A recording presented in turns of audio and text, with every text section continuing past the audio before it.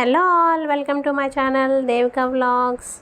ఈ రోజు అయితే అరిసెలను అయితే ఎలా చేయాలో చూపిస్తున్నామండి. మేమైతే బొబ్బిలి పండుగలు ఉన్నాయి, అందుకని అరిసెలు అయితే చేసాము. మీకు కూడా ఒకసారి చూపిద్దామని చెప్పేసి ఈ విధంగా ఒకసారి చేయండి. క్రిస్పీగా పైన, అలాగే లోపలైతే సాఫ్ట్గా వస్తుంది. ముందుగా అయితే ముందు రోజు నైట్కి బియ్యం అయితే నానబెట్టేసుకోండి. అవి నానబెట్టుకొని మార్నింగ్కి మళ్ళీ వాటర్ మార్చుకొని అవి ఈవినింగ్కి మేమైతే పిండి పట్టించామండి.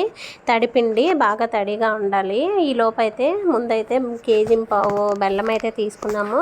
అలాగే కేజీ పంచదార అయితే వేసుకున్నాము. అలాగే దానికి ఏమొచ్చి ఒక లోటాది వాటర్ వేసుకోవాలి.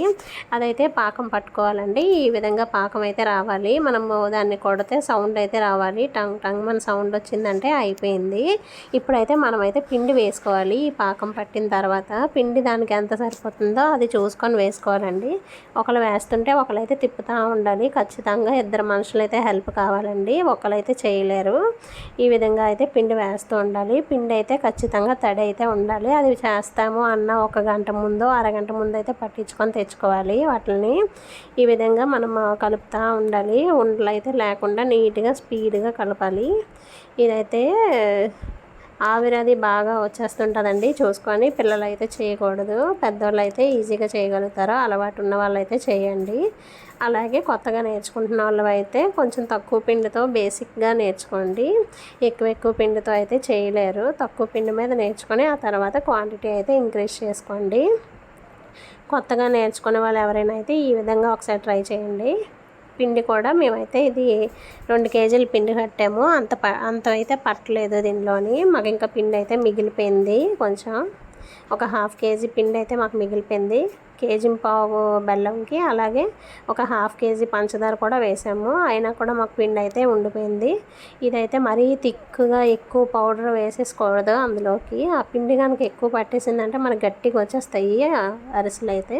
చూడండి, ఈ విధంగా అయితే అలాగా కలుపుతూ ఉండాలి.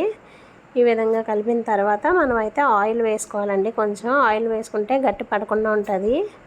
ఇదైతే మనం కొంచెం లైట్గా చల్లార్చుకోవడానికి వేరే ప్లేట్లో అయితే వేసుకుంటున్నాము. ఈ విధంగా ప్లేట్లో వేసుకోవాలి. కొంచెం అయితే చల్లబట్టి ఉన్న తర్వాత ఈలోపు వేరే గిన్నె ఒకటి తీసుకొని అందులో కొంచెం ఆయిల్ వేసుకొని ఉంచుకోవాలి. మనమైతే వేరే ఒక బౌల్ లాగా ఇలా తీసుకొని దీని మీద పాలిథిన్లా పెట్టేసి దీని మీద అరిసె అయితే ఆయిల్ ముంచుకొని ఇలా మనమైతే వేసుకోవాలి అరిసెలాగా. ఇది మనం ఏమొచ్చి ఆయిల్ బాగా మరిగిన తర్వాత అప్పుడు మాత్రమే వేయాలి. ఆయిల్ మరగకుండా వేస్తే ఇంకా ఆయిల్ అయితే ఎక్కువ పీల్చేస్తుంది. ఈ విధంగా అయింది కదా, చూడండి. అరిసె అయితే అటు ఇటు బాగా కాలనిచ్చుకోవాలి. దానికి ఎక్కువ ఆయిల్ అయితే పీలుస్తుందండి. మనం గట్టిగా ప్రెస్ అయితే చేసుకోవాలి. దీనికైతే అరిసెల మిషన్ అయితే ఉంటుంది, అది చెక్కది. అది కావాలంటే తీసుకోండి. ఇదైతే వీటితోటే చేసేసారు మా వాళ్ళు. చూసారు కదా, ఈ విధంగా అరిసెను అయితే గట్టిగా నొక్కుకోవాలి. ఇంకా ఆయిల్ అయితే బోల్డ్ వస్తుందండి మనకి. మనం వీటిని ఏమొచ్చి ఒక క్యాన్లో కానీ వాటిల్లో పుల్లల్లాగా పేర్చుకొని అరిసెలను అయితే వాటి మీద పెట్టుకోవాలి. లేదంటే గడ్డి ఉంటే గడ్డి మీద ఆరేసుకుంటే ఆయిల్ అయితే పీల్చుకొని ఉంటుంది. మా వీడియోస్ కనుక నచ్చినట్లు